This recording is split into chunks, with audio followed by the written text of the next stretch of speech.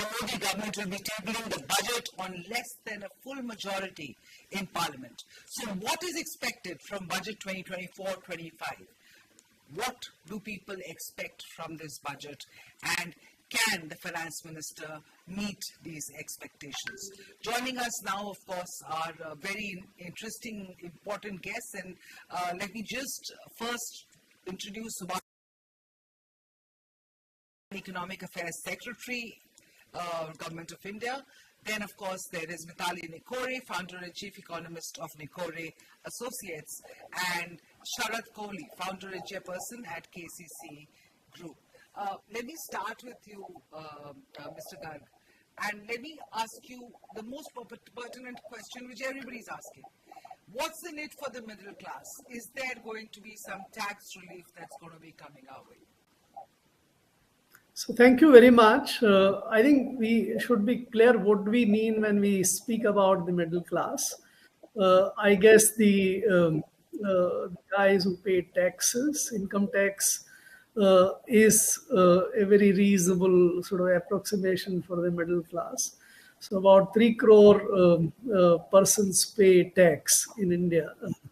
Though about 10 crore file the tax returns, but they don't pay taxes. So it's about 3 crore people. You may expand it slight bit, but that's the class. And that's the class is asking for tax relief also. That's where your question is coming from. What kind of tax relief they are asking for, they expect. Number one, the minimum threshold for taxation has been quite low for quite some time and has not changed. It's about 2.5 lakh rupees. In the meantime, in the last 4 or 5 years, there's been a lot of inflation around. The government tried to meet this by sort of getting an alternative taxation assessment scheme, which does not allow the tax exemptions like the savings in ATCC, etc., but that carries a higher minimum tax slab of 7.5 lakh. I think the middle class, the tax-paying class, expect that the minimum threshold should be raised to something like 5 lakhs for everyone. If in the bargain, government merges the two regimes and allow some sort of taxation relief on the savings, because savings are also low in the economy. So it serves that kind of objective, that savings increase as well as the exemption gets restored. So I think these are the two major demands of the middle class. Of course, many of them now are into the share market, so they have made good gains, capital gains and all. So that also is adding to the tax buoyancy in the personal taxation space. You have seen the securitization, the security taxes going very sharply up, and also the capital gains. So they want some relaxation in the capital gains taxation regime as well. But that is not justified to my mind. There is no reason for the capital based incomes suffering lower taxation rates than the labor serving incomes. Those who earn the incomes from their labor, if they are taxed at a higher rate and the capital incomes are taxed lower, that would be a fair thing. I don't think the government is likely to concede this demand. So I think that's where the middle class stands as far as the tax reliefs are concerned. Mitali and I were talking just before this, and she said something similar, that there are likely to be a lot of SOPs for the middle class, and of course there are very crucial elections around the corner for this government, which is now of course on less than a majority, for the first time in 10 years. Mitali, your sense of what's on the agenda? Mr. Garg has set the ground, given us a bird's eye view. Let's just go a little deeper. क्या मिल सकता है in terms of tax swaps? Because That is what the middle class is really looking forward to. Absolutely, absolutely, Aditi. And every time the budget comes, every year, when we are talking and when we are talking, about the budget, what is the common person getting? And we always use this term common man, but I always say common woman and common man, because it's very different for women and men, right? One thing we always look forward to, when I'm doing the analysis is, what are the women of this country getting from the budget? What is the gender budget going to be like? Are we going to get more and more schemes, for example, to support women's entrepreneurship, to support women's employment, to support women's participation in the workforce? And this time I do expect that, the gender budget and overall investments for women empowerment and investments for women's safety, for the care infrastructure, all of these areas will see an increase. But on, your specific question of taxation and on the specific question of, what will become more expensive and what will become cheaper, see, this also impacts women so much, because the household budget actually impacts women. They are the ones who are controlling, rather, they're making those decisions in millions of households across the country. Am I able to buy this particular brand of dal for my house or not? Or do I have to, buy something cheaper? So I think this time, we have to be very conscious of inflation. As Garg sir has rightly said, it's very important that we think about how can we link the different categories of taxation with inflation. This is a conversation that has been going around, that would we be able to redefine the taxation categories as a whole, and saying that, okay, maybe till up to 5 lakhs or even 7 lakhs, there should be no taxation. Another question that's going around is, should women and, be getting some additional exemption? Because that has never happened in history in India, but many countries do it. There are certain write-offs that women can have, especially single women households. So that's also something to think about. And then specific commodities. One very important commodity that affects all our household budgets is palm oil. We import a lot of palm oil from Indonesia and many other countries. And again, that their duties on palm oil were increased in the last budget. Could we maybe think about, those duties being rationalized a bit this time? Or more investment being diverted towards growing palm oil indigenously in India?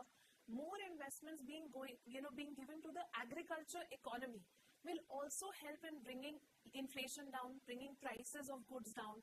And then the third most important aspect that we must always talk about when it comes to a budget is logistics. Because the transport cost, of taking a commodity, if it's like rice, wheat, dal, anything, from the rural areas, bringing it to the urban areas and to all the consumption centers, it adds to inflation. And more investment in logistics is expected in this budget, as has been the case for the last, almost 3 or 4 budgets. We've seen massive amount of capital expenditure, massive focus on logistics, and I expect that will continue. And that will help the common man and woman, because it brings the prices of commodities down and improves their efficiency. Especially at a time when food inflation is at such a peak. And you rightly pointed out that at the end of the day, it's about, for man or woman, at the end of the day, the household budget is where the problems lie.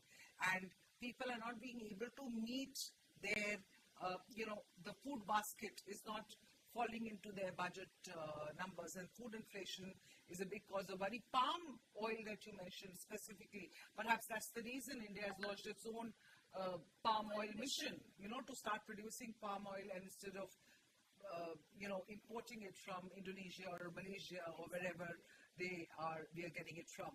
But having said that, and let me take this opportunity to bring in Sharad Kohli to the conversation. Sharadji, what is your take on the big picture that you see in terms of, for the middle class? What is the expectation that is there in terms of, Mr. Garg talked about the merging of the two tax regimes. That itself could be one of the, a big, boost for the middle classes if that happens. But what shape will it take? Because there are people who choose the regime, the old regime versus the new regime for a reason. So a unified regime, what shape might it actually take? Well, Mitali, I have a slightly different perspective here. Can you hear me properly? Can you hear me, Mitali? Aditi, can you hear me? You're audible, but the voice is cracking up a little bit. We're just Okay, getting it because rectified, but you can because the continue. voice was echoing when you were Yes, speaking. There yes. was a lot of echo. Is it better now? Can you hear Yes, me, much better Aditi? now. Much better. So I have a different perspective. When the Prime Minister spoke of four classes, GYAN, Yes. Garib, Yuva, Annadata, and Nari. So I think Mitali's a point of women being taken care of, that gets taken care of in these four classes. I have added a new dimension to this GYAN, and this is precisely what your question is. I call it Gyanam. It is not Gyan. Now, what is that AM or M? M is the middle class. So for I'm adding a new dimension. It should be GYANM, Gyanam, the Sanskrit word, and let M be the middle class. Now, as Subhash ji said, a middle class is not just taxpayers. In fact, I have, Subhash, with your permission, because I do tax shows on some television channels. So we have to keep ourselves updated with the numbers. 8 crore 18 lakh returns were filed in the last year. I'm picking up previous year's data. And to the best of my knowledge, less than 2 crore people were actual taxpayers. I mean, who actually took out from their pocket and paid the tax, whether by way of TDS or by way of TCS or by way of self-assessment tax. That was the bitter truth that we came to know. Maybe, I'm sure your words are more authentic. You come from the corridor, so I'll not like to contest those numbers. Now, we are looking at, Aditi, 2 crores, or let's say 8 crores who filed the return. The size of Indian middle class has grown up to 60 to 70 crores at this point. I am adding to this, Aditi, 25 crore people who came out of multi-dimensional poverty index. I think they have walked into the lower middle class. I put them in, they are not poor anymore, because the Niti Aayog report, the way you interpret it, so they have walked into, so the size of middle class has grown even bigger. So the aspirations of middle class is not restricted to tax. Of course, I agree with the tax expectations. New regime, old regime confusion is there. Old regime is being left aside. It's been put in a freezer. No updations in Section 80C have been made for so many years. The basic exemption limit remains the same.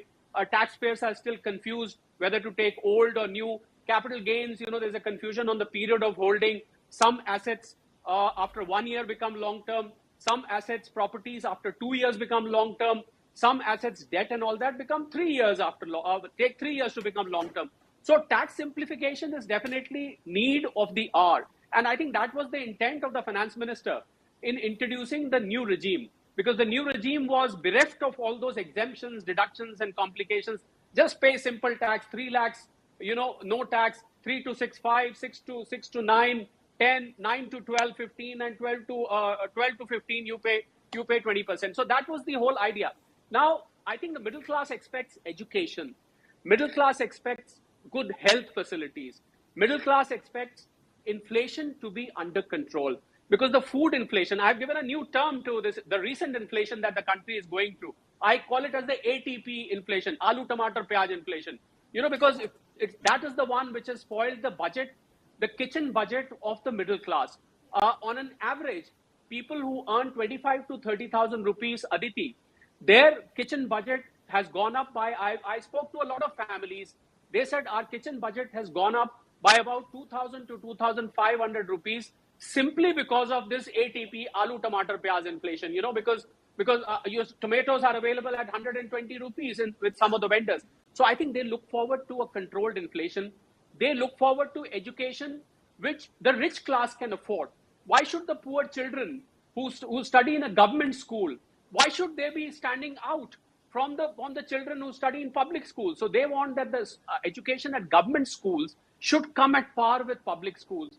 They want the health facilities, the government hospitals. Why are they different from those 5-star hospitals? You should get the similar kind, if not similar. Some matching has to be there. So they expect education, they expect health, they expect good nutrition, they expect good railway stations, the facilities that they use. So I think the gap between the haves and the have-nots, because the size of middle class has grown so big, Aditi, that the aspirations have increased, both in terms of quantum and in terms of the volume. They want better off of the government. Then unemployment, Aditi, is a huge problem. The biggest problem with unemployment is that we do not have an authentic measuring tape right now. CMI, some private agency, gives its own data. RBI from time to time, I was reading an RBI cleanse report recently, which said that around 8 crore people have been recruited in the last few years. Then, government comes out with different numbers. Right. Some other EPFO has gone organized sector numbers. So I think we should have, like it happens in America, we should have real-time employment measurement systems. We have to identify the ailment to be able to give the medicine first. We don't know. You measure your blood pressure and you take a medicine. If my blood pressure is so and so, we don't know how much our blood pressure is, so what medicine to take. Unorganized sector in this country, Aditi, is more than 94% of the workforce. We don't know how much they earn. We don't know who's employed. Now, when it comes to employment, there are 4 categories. There are unemployment. There are people who do not want jobs. There are people who don't get jobs. There are people who are having disguised unemployment. A 1-acre farm, 5 people of the family employed there. Then there is underemployment. As per the government numbers, I'm not criticizing here. As per the government numbers, even if you work for 1 hour a week, you will be technically categorized as employed. So these are, I call them underemployed. So these are the 4 categories of unemployment. So I think there is a targeted strategy which is required to hit these classes. Only 20, I like to inform Mitali and Aditi, this may be useful for you also. Only 23% of the women in India are connected to the main economic activity or are in the mainstream economic activity. Rest of the 77%, I don't say that the homemakers do nothing. I give a lot of respect to homemakers, but they are not connected with the main economic activity directly. Indirectly, they all are, of course. If they don't make the food, if they don't look after the house, probably the men folk who boast about everything, they will not be able to go to earn money. But the fact of the matter is, there is a need for women to walk into mainstream economic activity also. So the aspirations from the budget, as far as I am concerned, Aditi, middle classes, they sit in the drawing room, they discuss, you have farmers who who block the highways and they make their demands get fulfilled. There are rich class who don't really bother. For them, everything is okay. They can afford anything on this earth. There is the poor middle class who sit in the drawing room over a cup of coffee and they chit-chat and the matter is closed. But their aspirations do not subside, Aditi. That was my first take. Absolutely. And I agree with you that the farmers can go and block roads, the rich don't care one way or the other. But the middle class, who takes their aspirations to the government of the day and gets it fulfilled? And you talked about the aloo, tomato, pyaj inflation, and that's absolutely the right, terminology perhaps to use, especially at a time when the entire world is talking about the Indian economy doing so well. The Indian economy growing so fast. We are growing fast. We are doing well. But the middle class confidence remains low. Buying is low. Last year, more than 4 million units of cars were sold. But where two-wheelers came down, we are still struggling at 2018, 2019 figures. We are still at that low. And so, which clearly speaks about the lack of confidence in the middle classes and the lower middle classes, don't you think? Mr. Garg, I'll take your opinion on that. I think what you are asking is the place which middle class should have in our budgeting system, their expectations from the government and what the government can do for them. Ironically, when you make budget, the budgets are basically for doing 3 kind of things for the nation. Number one, the government is entrusted with the responsibility to provide what we call public goods and services, the defense, the internal security, macroeconomic management, coins, currency, foreign relations, etc. These are the services which no private organization can provide, no private enterprise can provide. These are the common services to be provided only by the governments. And that is the reason why the governments have right to tax people. the tax is collected, because these services are not individually delivered to any particular person and you can't charge for them. Likewise, a lot of infrastructure which is common. There are lots of merit goods and services like health, education, etc., which have a lot of spillover effect of the nature of common goods and services. So basically, this is what the government is. And the middle class here also enjoys these benefits. If there is a good law and order in the country, the middle class can work very well. They can educate their people, set up their businesses, take up employment, enjoy reasonably good health status, etc. So that is the first primary job which the government does with the taxation receipts which come from them. Then there is the second kind of thing, which is where you try to promote growth in the economy. And the growth you do it by incurring capital expenditures, by taking up PLIs and other growth promoting schemes, etc., so that the size of the cake in the economy, the overall incomes available in the economy at large, and everyone benefits. Unfortunately, the way things work, these benefits tend to travel to the richer classes of the country, not to the middle class or to the poor. Example, if you analyze where the capex of about 10 lakh crores, about 20 to 23% of the total budget expenditures of the government, where does it land? Where does it go? So if you look at railways, you look at the roads, these are good services which the public utilizes. But in terms of spending on that, that goes to steel makers, that goes to the cement makers, that goes to machine providers, and other services. These are all rich guys.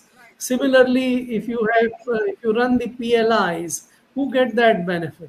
So that's not directly traveling. Middle class can expect some jobs to be created in these businesses. And finally, the third big bucket of expenditures which the government undertakes is what we call the redistribution or welfare measures.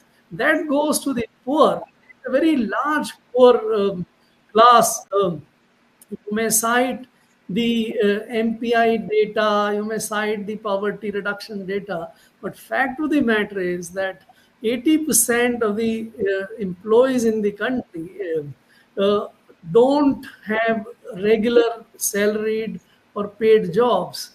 They are in what is known as self-employment, or they are the casual guys earning about 10 to 12,000 rupees, or even lesser than that. Sorry to interrupt you, So I just which is where I bring out that I come back to that point that while there's everything in the budget for everybody else, the middle class, unfortunately, can only perhaps rely on taxation measures. Tax exemptions that put a little more money into their pocket, because the middle class is the one which is frankly most tax compliant in this country.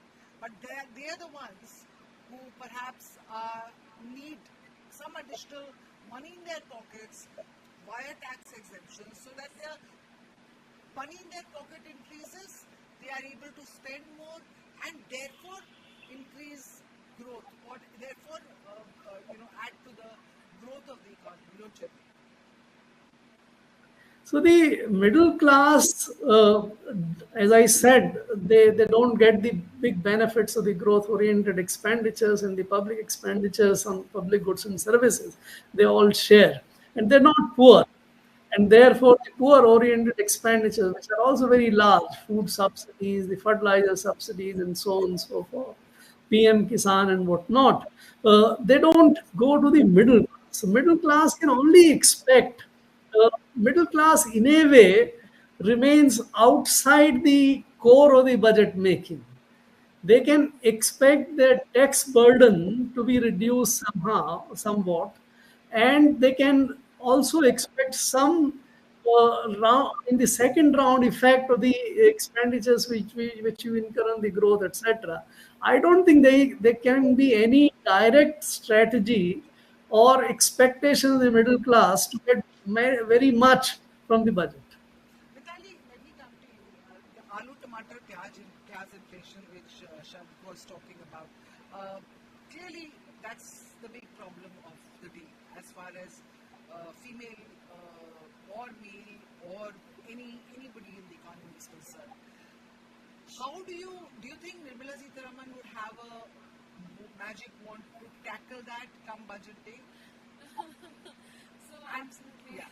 So thanks Aditi for that. So couple of points, just to react to some of the things everyone has said, and in general on ADP inflation, which is clearly the trending word of the day.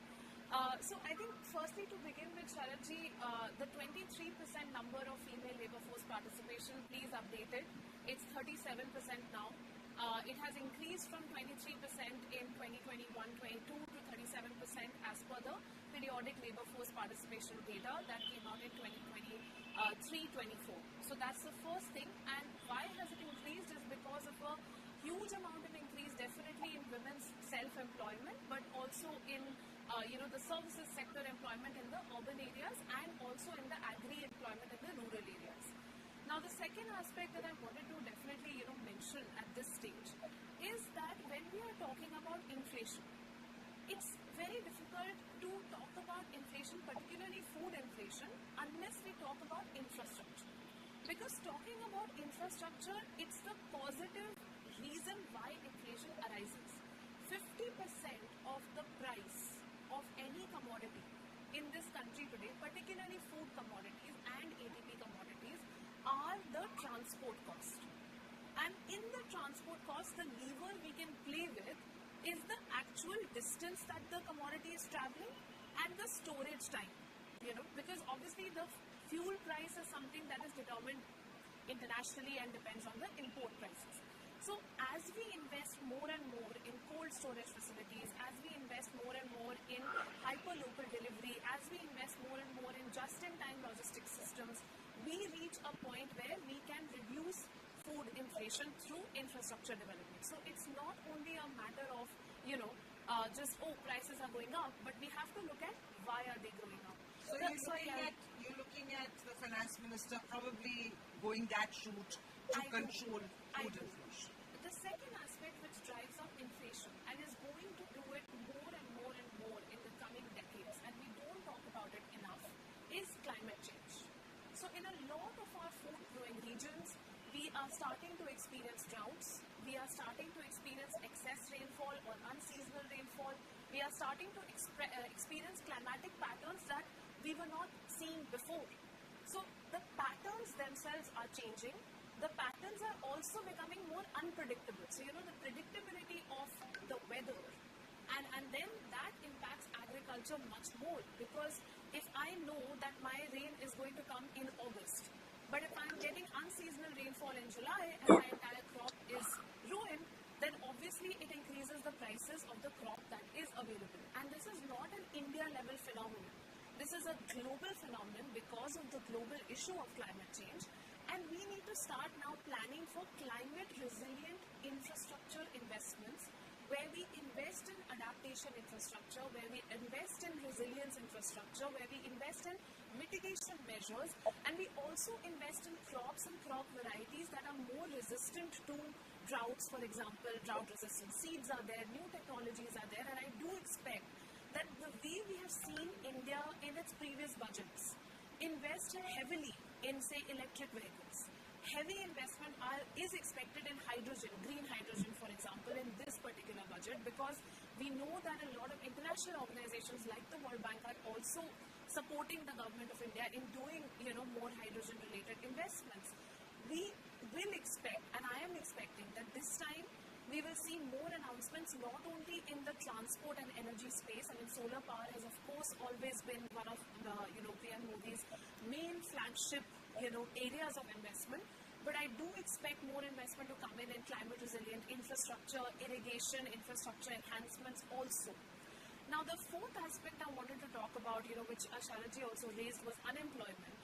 Now, with unemployment, there are two big problems. The first issue within unemployment is youth unemployment. Because this unemployment crisis that we are seeing unfolding in front of us today, particularly the heart-rending visuals we saw yesterday with the Air India, one job application coming out for 2,200 vacancies, 25,000 people turn up, there's a stampede. That kind of a visual when we see, or with the visuals that we've been seeing of the competitive exam scams. I mean, this kind of youth unemployment, we have to again go into the root cause of it. One of the root causes is the lack of respect given to blue-collar jobs. We need to respect the people who are doing, work in factories, who are working in our homes, who are working across, because you cannot only create white-collar employment. Absolutely. And So, the second skill, and I think skill is the India, second one. the entire program of Exactly. skilling India and upskilling India is perhaps tailored towards that which the government is already working on, but perhaps, one needs to look at it and see how we can, probably speed up Exactly. the creation of skilled jobs going forward. Because that is, and that's a very important point you raised, the, unemployment.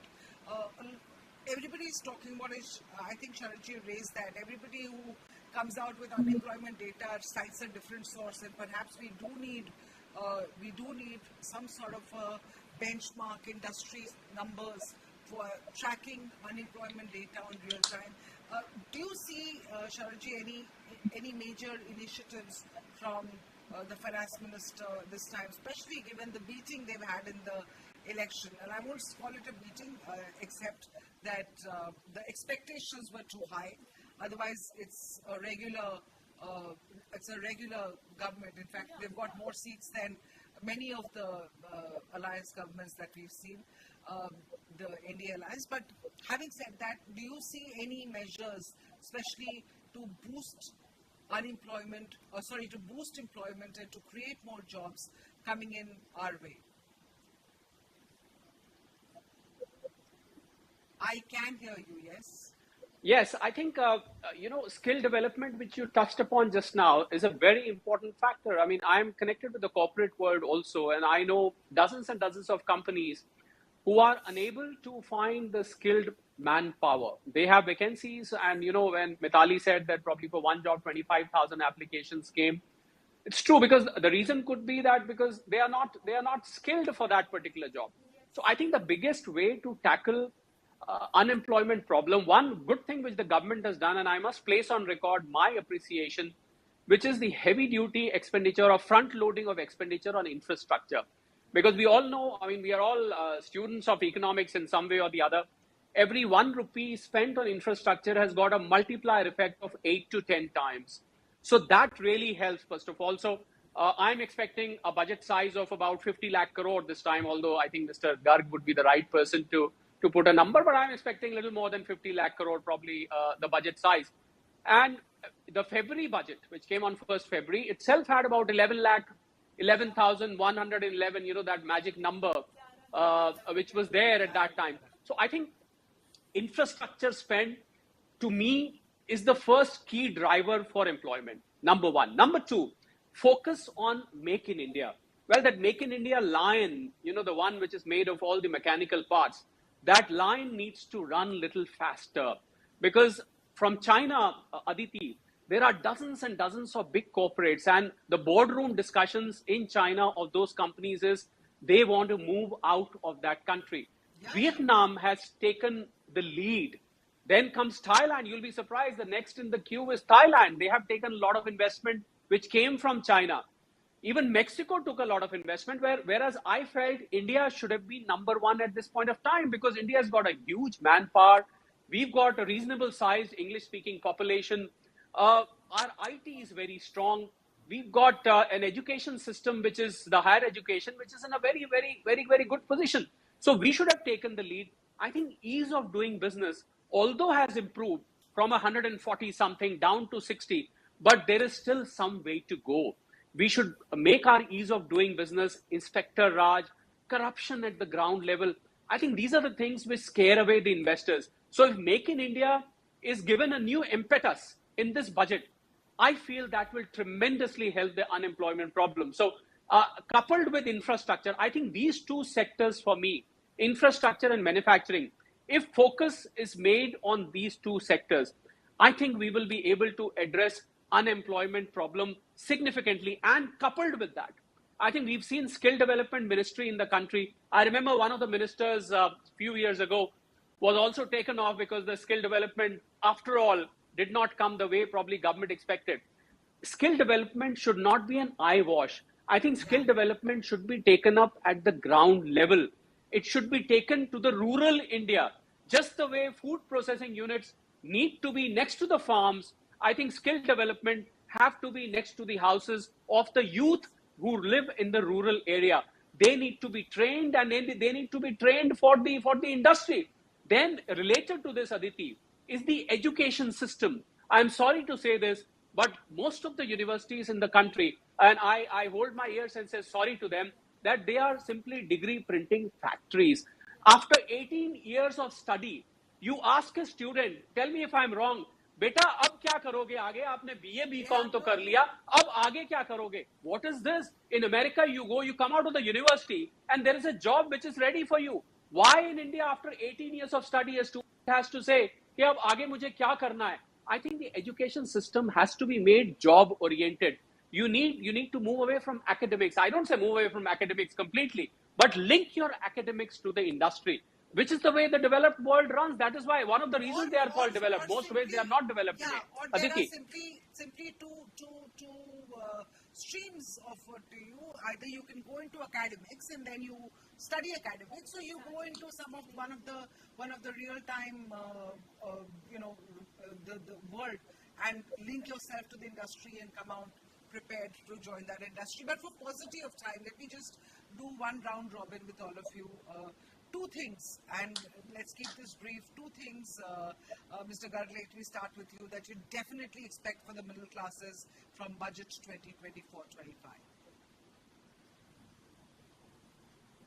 2024-25. Did you have a question for me? Yes, sir. Two things that you definitely expect from the Your budget. voice is echoing, Aditi. Your voice is very, very sharply echoing. Okay. All right. Can somebody fix this situation? Is it better? I wasn't able to listen to your question. What was that? Two things that you definitely expect for the middle class from budget 2023-24. Oh. So, two things which I expect for the middle class in the budget. Is that your question? Yes. I'm so sorry. My audio is bad. Right. See, the middle class, as we discussed a short while earlier, their expectation is that there should be some tax reliefs. So that is where I would again say that, of course, they deserve, and if they can get consolidation of these two regimes and minimum taxation limits to be raised to about 5 lakhs, that perhaps would be a good move for the middle class. In terms of employment, I don't expect much. In fact, there is too much expectations from the government whenever we talk about the employment. The government is not in a position to provide direct employment any longer. In fact, if you look at the data, the government employment is also coming down, despite phenomenal expansion in paramilitary services and some of these things, because of large-scale automation as well as computerization. The government is also sort of reducing the manpower actually. It runs some programs to provide some support to the middle class in terms of employment. There are programs like the livelihood mission, where people are trained, but those tend to sort of target the lower middle class, or not the real middle class. As was being said, our education system is not very conducive to create the technical jobs and in fact, I have a very different view. Industrialization, manufacturing, has not actually created a large amount of jobs in the country. And it can't really create going forward with the kind of automation and now the artificial intelligence creating more and more of jobs. And the new jobs in new industries are also in a very high tech area, semiconductors, solars, AI, and others. We have we don't have technologies in that area. So if we expect manufacturing jobs to be created in the country, perhaps we may remain as disappointed as we've been in last 50 years. Our strength is services. I don't know why, as a country, we focus on services. We are the global masters in services everywhere in the world. So that is where we are today, GCCs of the world. Earlier, the IT jobs and all, finance, education, health, we have massive employment opportunities. So if the government can change the preference for service-oriented jobs and create economic conditions and the policy conditions to make that happen, including transforming the education, skilling system, etc., that perhaps would be a right signaling, right way forward, rather than spending more on infrastructure and making India. The truth may, but in reality, one will have to sort of, I think, perhaps do a little in every sector for India to sort of, because, one of the things that I was speaking to someone who told me that, while we've done great in services, but the real job creation remains in manufacturing, and that is where we've sort of not performed very well on either. And this Make in India initiative they were talking about, and they said that this Make in India is possibly going to bring those the manufacturing boost, which should have come before the services boost, but that's all right. Services boost is already there, and now the jobs for the real, the aspirational India, the ones who are not going out there to buy two-wheelers perhaps. But let me just come to you, and I think services jobs are aspirational. Services jobs are the most paying jobs. I don't think the fascination for I agree, sir, manufacturing but is उसके going लिए to take us पढ़ाई anywhere. उसके लिए पढ़ाई ज़्यादा करनी पड़ेगी ना. People will have to, it's like this. It's for the poor people and for the lower middle class and the lower classes and the poor people. Perhaps a manufacturing job is easier to do as of now. As of now. I mean, obviously, as India grows and progresses, Where is the education system labor-oriented manufacturing left now? Which that is, industry do you think can create even 1,000 jobs of labor-oriented? that's true. Just go More into and more the now, little bit of AI is the coming in factual to position. replace all. AI is coming in to replace even all humans, even in manufacturing. You are correct, sir. But let me just quickly move on to, because I think we've exceeded our time. But quickly move on to you, just in 2 lines. 2 things that you believe are coming in for the middle class. So I think, Aditi, 2 things that I believe which are definitely going to come in. One, if we are talking about jobs, first is entrepreneurship. I do think that the focus on stand-up India, startup India has been very clear since the start of the Modi regime, which came in 2014 and then again in 2019, and now also the support for entrepreneurship has been very consistent, and we need to see more and more of that. And I expect that in this budget we'll have more support for rural entrepreneurship as well. I expect the budget allocation for entrepreneurship creation in urban areas as well as rural areas. अभी मैं show में हूँ, 5 बजे join करूँगा. And the second area which I expect massive amount of increase in allocations is definitely on climate resilient infrastructure and gender responsive infrastructure. Now what do I mean by that? I mean safe cities. I mean women police officials. I mean, cities which are designed. And you see that happening. I'm seeing it happening. Nirmala Sitharaman's current I see it budget. happening now. I see it happening in city after city, and there is a demand coming from the cities to, the administration saying, we need this. This is actual infrastructure we require for women to safely commute to their workplaces. This is infrastructure we require because there is a lot of demand. And I think this time we will see this coming out. Okay, let's see how the finance minister weaves that into her budget speech. Let me come to you, Sharad. Quickly, 2 points for the middle classes. What do you hope to see not hope, actually, what do you think will definitely be in for the middle classes in this budget? Okay, we've lost Sharad. I think there was some connection. Can I add one more point? Yes. So basically, I also wanted to talk about public transport. We talked about two-wheelers and we talked about two-wheeler sales and we talked about that being an indicator, of growth. But when you talk to the Gen Zs and the youth of today, there's a different consciousness. And I know that, there are two Indias, of course.